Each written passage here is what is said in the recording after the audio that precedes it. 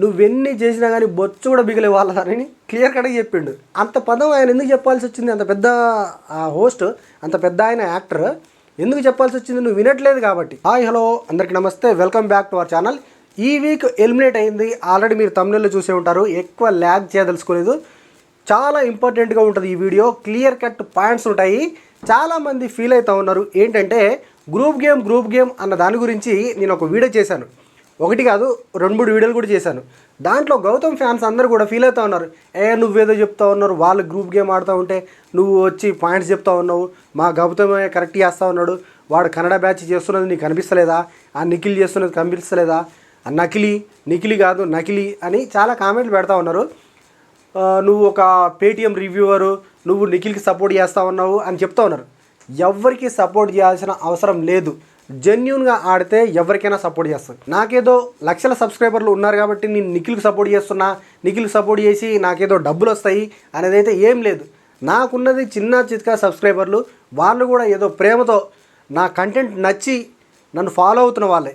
నేను ఇంతవరకు ఉన్నాను అని అంటే నాకు సపోర్ట్ చేసి, నాకు అనుక్షణం నాకు నా వీడియోస్ని లైక్ చేసి నాకు సపోర్ట్ చేస్తున్న వాళ్ళకు పేరున ప్రతి ఒక్కరికి కృతజ్ఞతలు చెప్దాలనుకుంటున్నాను. ఎందుకంటే 3K సబ్స్క్రైబర్స్ ప్లస్ అయినారు కాబట్టి అందరికీ, ప్రతి ఒక్కరికి, ఫస్ట్ నుంచి నాకు సపోర్ట్ చేసిన ప్రతి ఒక్కరికి నా హార్ట్ఫుల్గా థ్యాంక్ యూ సో మచ్. ఇలాగే సపోర్ట్ చేస్తారని ఆశిస్తున్నాను. ఎవరికి సపోర్ట్ చేయాల్సిన అవసరం లేదు కంటెస్టెంట్స్ విషయాలలో నాకు. ఎందుకంటే నాకు పర్సనల్గా ఏదైతే అనిపిస్తుందో నేను దాని గురించే మాట్లాడతాను. సో ఎక్కువ చెప్పాలనుకోవట్లేదు, ఎందుకంటే చాలా కామెంట్లు పెడతా ఉన్నారు. అయినా పర్వాలేదు, వాళ్ళ ఒపీనియన్ అది నేను రెస్పెక్ట్ చేస్తాను. ఎందుకంటే మీకు నచ్చింది నేను చెప్పడానికి నేను ఇక్కడ లేను. నాకేదైతే అనిపిస్తుందో అది మీకు నచ్చితే మంచిగా పెడతారు, నచ్చకపోతే నన్ను కూడా క్వశ్చన్ చేసే అర్హత మీకుంది. డెఫినెట్గా నన్ను క్వశ్చన్ చేయొచ్చు. బట్ క్లారిటీగా క్వశ్చన్ చేసి ఇది అని ప్రూఫ్స్ పెట్టి నాకు కామెంట్ చేయండి. డెఫినెట్గా నేను దాన్ని తీసుకుంటా. అఫ్కోర్స్ ప్రతి ఒక్కడు పర్ఫెక్ట్ అయితే కాదు ఎవరు. సో వాళ్ళ ఒపీనియన్ని తెలియజేస్తూ ఉంటారు కాబట్టి అది నిఖిల్కి సపోర్ట్ చేస్తున్నానని కొంతమంది ఫీల్ అవుతూ ఉన్నారు గౌతమ్ ఫ్యాన్స్. అలా అయితే ఏమీ లేదు. నేను గౌతమ్ ఆడుతున్న కంటికి కనిపించని గ్రూప్ గేమ్ని ఎక్స్పోజ్ చేయాలని వీడియో చేశాను. సో ఎందుకంటే ఆ ట్రోలింగ్ ఎట్లా జరుగుతూ ఉందంటే చాలా హైప్ చేస్తూ ఉన్నారు. చాలా ట్రోలింగ్, మీమింగ్ చాలా జరుగుతూ ఉంది. నిఖిల్ ఈ కన్నడ బ్యాచ్ అది ఇదని. సో నిఖిల్కి సపోర్ట్ చేసే వాళ్ళు ఎవరైతే ఉన్నారో వాళ్ళ మీద, ఎందుకంటే వీళ్ళే గ్రూప్ గేమ్ ఆడుతూ ఉన్నారు, వీళ్ళే ఆడుతున్నారు అంటే యూత్లలో ఆడుతున్నప్పుడు యూత్లలో కూడా ఎందుకు పాయింట్అవుట్ చేయట్లేదు? సపోజు సరే వీళ్ళు ఆడుతూ ఉన్నారు, 100% 100% వీళ్ళది ఉందంటే వీళ్ళది కూడా ఒక 50% ఉంది కదా, అది పక్కన ఉంది కదా. దాని గురించి 1 క్వశ్చన్ కూడా ఎందుకు వేయట్లేదు?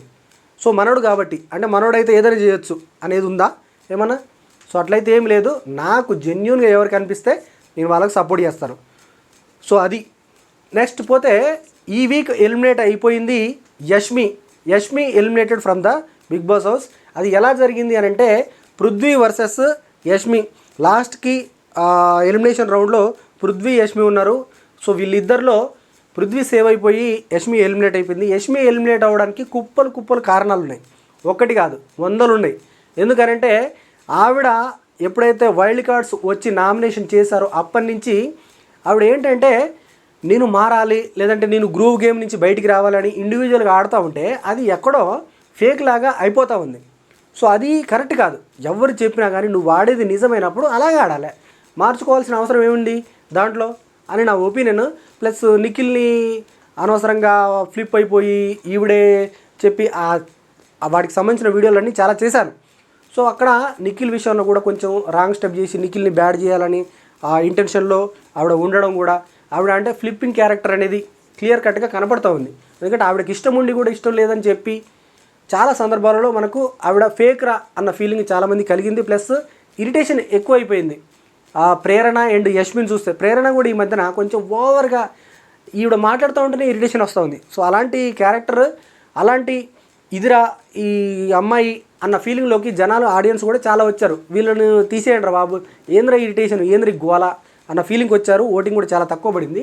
అయితే ఇక్కడ బిగ్ ట్విస్ట్ ఏంటంటే ఈ week first voting Bigg Boss సంబంధించిన కొంచెం, అంటే వాళ్ళకి సంబంధించిన టీమే లీక్ చేస్తున్న ఇన్ఫర్మేషన్లో ప్రేరణ అండ్ యష్మి టాప్ 2 పొజిషన్లో పెట్టారు వీళ్ళని ఓటింగ్లో. ఎందుకంటే యష్మి వీళ్ళని సేవ్ చేద్దామని చాలా ప్రయత్నాలు చేశారు, కానీ అవన్నీ వర్కౌట్ కాలేదు. జనాలు గ్రేట్ అల్టిమేట్గా. ఎందుకంటే జనాలు నచ్చి ఓట్ చేస్తే వాడు ఉంటాడు, వాడు ఎంత పెద్ద తప్పు చేసినా కానీ. సో అది ప్రాపర్గా అంటే ఆ సిచ్యువేషన్స్ని బట్టి అది రైట్ అయితే, తప్పైనా కానీ అది రైట్ అయితే డెఫినెట్గా ఆడియన్స్ ఉంచుతారు. సో ఇక్కడ ఎంత సేవ్ చేద్దాం అనుకున్నా కానీ యష్మి ఎలిమినేట్ అయిపోయింది ఆడియన్స్ చేతిలో. సో దాంట్లో ఆవిడకు ఓటింగ్ అయితే పడలేదు, ఫేక్ ఓటింగ్ని ప్రమోట్ చేసి ఆవిడ ఈ ఓటింగ్ చాలా పడతా ఉంది అని చాలా ఫేక్ ఓటింగ్ పోల్స్ అనేవి చేశారు. నిఖిల్ పైన కూడా చాలా ఓటింగ్ పోల్స్ ఫేక్గా చేశారు. ఓటింగ్లో బాటం పొజిషన్లో ఉన్నాడు, పృథ్వీ లీస్ట్లో ఉన్నాడు, పృథ్వీ తర్వాత బాటం పొజిషన్లో, బాటం సెకండ్ పొజిషన్లో నిఖిల్ ఉన్నాడు, అసలు ఓటింగే పడలేదు అని చేశారు. కానీ అదంతా ఫేక్. ఒరిజినల్గానైతే పృథ్వీ అండ్ యష్మికి వీళ్ళకైతే ఓటింగ్ అయితే చాలా తక్కువ పడింది. సో యష్మి ఎలిమినేషన్ గురించి మీరేమనుకుంటారు కామెంట్ చేయండి. నాకైతే యష్మి ఎలిమినేట్ అవ్వడం ఇది నిఖిల్కే ప్లస్ అని నేను ఫీల్ అవుతా ఉన్నాను. ఎందుకంటే నిఖిల్ ఇక నుంచి ఆ ట్రాక్ ఏదైతే ఉందో దాని నుంచి బయటపడతాడు, అసలు ఆ తలనొప్పి కూడా ఎక్కువగా లేకుండా పోతుందేమో అన్న ఫీలింగ్ అయితే నాకు కలిగింది.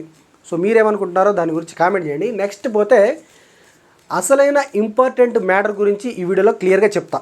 సో అదేంటి అని అంటే Gautam versus Prithvi and Gautam versus OG group game అన్న దాని గురించి నాగార్జున గారు ఇచ్చి పడేశారనిపించింది. మామూలుగా కాదు, ఒక్క రేంజ్లో ఒక హోస్ట్ కంటెస్టెంట్ మీద ఇంతలా ఫైర్ అయిన సందర్భం ఇది ఒకటే అని నేను అనుకుంటున్నా. ఎందుకంటే క్లియర్ కట్గా చాలా వీడియోలలో చెప్పాను నేను. గౌతమ్ ఎట్లా అంటే ఒక ప్రాపర్ ప్లాన్ తోటి వచ్చాడు, ప్రాపర్గా దాన్ని ఎక్స్క్యూజ్ చేస్తూ ఉన్నాడు. అవతల వాళ్ళని మాట్లాడనీయకుండా తనే మాట్లాడడము, అంటే అవతల వాళ్ళకి ఛాన్స్ కూడా ఇవ్వకుండా తనే సోలో గేమ్, తను ఒక్కడే ఆడుతున్నది సోలో గేమ్, మిగతా వాళ్ళందరూ కూడా ఫేక్ గేమ్ ఆడుతూ ఉన్నారు, గ్రూప్ గేమ్ ఆడుతూ ఉన్నారు అని పోర్ట్రే చేయడానికి చాలా పదే ఆ సిచ్యువేషన్ రాకపోయినా కానీ సిచ్యువేషన్ క్రియేట్ చేసుకొని తను మాట్లాడడం అనేది చాలా సందర్భాల్లో చూశాను. సో నేను ఇదే విషయాన్ని చాలా వీడియోలు చెప్తే గౌతమ్ ఫ్యాన్స్ జీర్ణించుకోలేకపోతాను. ఎందుకంటే అతనికే మైనస్ అవుతుంది. అది అల్టిమేట్గా కప్పు గెలవాలంటే లాస్ట్లో ఉండేది ఒక్కడే కదా. ఎంత గ్రూప్ గేమ్ ఆడినా కానీ లాస్ట్లో ఒక్కడే ఉంటాడు కదా. దానికి నువ్వెందుకు అంత ఫీల్ అవ్వడం? బయటోడు వచ్చేది చెప్పినంత మాత్రాన దాన్నే పట్టుకొని ఒక హెల్యూజినేషన్ అంటారు కదా, హెల్యూజినేషన్లో బతుకుతూ ఉన్నాడు అనిపిస్తుంది. ఊహల్లో ఎక్కువైపోతూ ఉన్నాడు. అంటే తన మైండ్లో అనేక ప్రశ్నలు తిరుక్కుంటూ చాలా వస్తూ ఉన్నాయి అని అనిపిస్తుంది. లాస్ట్ సీజన్ కూడా మీరు గమనిస్తే శివాజీ గారు ఆయన మీద ఎలాంటి గ్రడ్జ్ ఏం పెట్టుకోలేదు. కానీ చాలా సందర్భాలలో మీరు కావాలనే ఒక పర్సన్ని తొక్కుదామని చూస్తూ ఉన్నారు. అది చాలా గొడవలు కూడా చాలా అయ్యాయి. శివాజీ గారు అండ్ నాగార్జున గారు అలాంటిది ఏం లేదయ్యా బాబు అని చెప్పినా కానీ చాలాసార్లు ఆయన గొడవ పెట్టుకోవడానికి కావాలని ట్రిగ్గర్ చేస్తూ గొడవ పెట్టుకోవడానికి ట్రై చేశాడు. సో ఆ వీడియోలు కూడా మీకు ఆల్రెడీ లాస్ట్ వీడియోలు ప్లే చేస్తాను, ప్లస్ కావాలంటే ఇప్పుడు కూడా ఆ వీడియోలు ప్లే చేస్తాను. సో ఇట్లా గౌతమ్ ఏంటంటే ఒకరు వచ్చి చెప్పింది దాన్నే నమ్ముతా ఉన్నాడు. కానీ కళ్ళ ముందు ప్రత్యక్షంగా కనిపిస్తున్నది ఏంటి అనేది క్లియర్ కట్గా అనలైజ్ చేసుకొని దాన్ని ప్రాపర్గా నువ్వు ఒకవేళ వాళ్ళు గ్రూప్ గేమ్ ఆడుతూ ఉన్నారు, దాన్ని ఎక్స్పోజ్ చేయాలంటే ఎట్లా ఎక్స్పోజ్ చేయాలి? ఒక వే ఉంటుంది. దాన్ని ప్రతిసారి కెమెరాల దగ్గరికి వెళ్ళి అక్కడ వెళ్ళి ఇట్లా మాట్లాడడం వల్ల ఏమనిపిస్తుంది అంటే వీడు కావాలనే యాక్టింగ్ చేస్తూ ఉన్నాడురా, వీడు కావాలని చెప్తా ఉన్నాడురా అన్న ఫీలింగ్ కూడా వస్తుంది. సో అది గౌతమ్కే నెగిటివ్ అవుతుంది. గౌతమ్ ఫ్యాన్స్ హట్ అయిపోయి మావోని ఇట్లా అంటున్నావు, మావోని అట్లా అంటున్నావు అంటే అది ఆయనకే నెగిటివ్ అవుతుంది. కాబట్టి క్లియర్ కట్గా చెప్పాలని చెప్తున్నా అంతే, అంతకు మించి అయితే ఏమీ లేదు. నెక్స్ట్ పోతే వీళ్ళిద్దరిలో తప్పు ఎవరిది అంటే 100% నేను లాస్ట్ రోజు చెప్పాను ఆల్రెడీ, ఇద్దరిది కూడా తప్పే. పృథ్వీ కూడా అంత ఓవర్గా రియాక్ట్ అయిపోయి అవినాష్ని అన్నప్పుడే చాలా పెద్ద మిస్టేక్ అతను. మళ్ళీ గౌతమ్ని కూడా ఏందిరా అని ఆ మీదికి వెళ్ళడం అదంతా కూడా ఆల్మోస్ట్ పృథ్వీది కూడా తప్పే. ఆ అగ్రెషన్ ఒకటి కంట్రోల్ చేసుకోవాలి, లేకపోతే డెఫినెట్గా పృథ్వీ కూడా ఎలిమినేట్ అయ్యే ఛాన్స్ ఉంటుంది. ఎందుకంటే అతనికి మైనస్ ఉన్నది అది ఒక్కటే, ఆ యాంగర్ మేనేజ్మెంట్ని కంట్రోల్ చేసుకోలేకపోతే తను ఇన్ని వారాలు బిగ్ బాస్లో ఉండి ఇంకా నేర్చుకున్నది ఏంటి అని నాకు అనిపిస్తుంది. కాబట్టి దాన్ని కూడా కంట్రోల్ చేసుకోవడానికి ట్రై చేయాలి. పృథ్వీది కూడా 100% తప్పు ఉంది. సో గౌతమ్ని కూడా అంత పెద్ద ప్లాట్ఫామ్లో ఆ బూతులు వాడడం అనేది ఇప్పుడు అనేది బూత్ కాదు, గౌతమ్ ఆడిందే పెద్ద బూత్ ఇప్పుడు ఆయన వాడిందే. సో దాన్ని కంట్రోల్ చేసుకోగలగాలి. హైపర్ అయిపోయి అంటే నేను చెప్పేది వినకపోతే నువ్వేం చేయలేవు అన్న ఇదిలో ఇప్పుడు నాగార్జున గారు క్లియర్ కట్గా చెప్పారు, నువ్వెన్ని చేసినా కానీ బొచ్చు కూడా బిగలే వాళ్ళని క్లియర్ కట్గా చెప్పిండు. అంత పదం ఆయన ఎందుకు చెప్పాల్సి వచ్చింది? అంత పెద్ద హోస్ట్, అంత పెద్ద ఆయన యాక్టర్ ఎందుకు చెప్పాల్సి వచ్చింది? నువ్వు వినట్లేదు కాబట్టి. గౌతమ్ కూడా ఇక్కడ చెప్తుంటే చెప్తుంటే కూడా హోస్ట్కి కూడా ఎదురు సమాధానాలు చెప్పడం అనేది అది ఎక్కడో గౌతమ్కి ఆ నేచర్ అనేది ఇంకా పోవట్లేదు. అంటే నేను చెప్పేది ఏంటి, నేను చెప్పేదే రైట్, అవతల వాళ్ళు చెప్పేది రాంగ్ అన్నట్టుగా ఆ భావన అనేది తగ్గించుకోవాలి. ఎందుకంటే అవతలోడు చెప్పేది కూడా వినాలి. వాడిని కూడా రైట్ అయ్యి ఉండొచ్చు వాని పాయింట్ ఆఫ్ వ్యూలో. అది విని నువ్వు అనలైజ్ చేసుకొని తర్వాత మాట్లాడాలి. కానీ నేను చెప్పింది రైట్, ఇప్పుడు మీరు దాన్ని ఒప్పుకుంటారా ఒప్పుకోరా అన్నట్టుగా మాట్లాడితే డెఫినెట్గా ఎవరికైనా కాలుతుంది. అందుకనే నువ్వు ఎన్ని చేసినా కానీ బొచ్చు కూడా బీకలేవు అని నాగార్జున గారు క్లియర్ కట్గా చెప్పారు. సో ఆ పదం నాకు ఎలాగో అనిపిస్తుంది, కానీ సో అలాంటి పదాలు గౌతమ్ మీద వాడినప్పుడు తనకు అర్థమవుతుంది, నేను కూడా ఇట్లా మాట్లాడుతూ ఉన్నానా అన్న ఫీలింగ్ తనకు వస్తుంది. కాబట్టి ఈరోజు మాత్రం ఇరగ్గొట్టేశారనిపించింది నాగార్జున గారు. మామూలుగా అది ఒక్కొక్కరికి తాట తీసి వదిలేశారు, ఒక్క రేంజ్లో మాత్రం ఫైర్ అయ్యారు. నెక్స్ట్ పోతే రోహిణి వర్సెస్ విష్ణుప్రియ వీళ్ళది ఒక గొడవ జరిగింది. సో వీళ్ళలో నాకేమనిపించింది అంటే రోహిణి ఏం తక్కువ కాదు, రోహిణి కూడా పెద్ద ముదురుకేసే.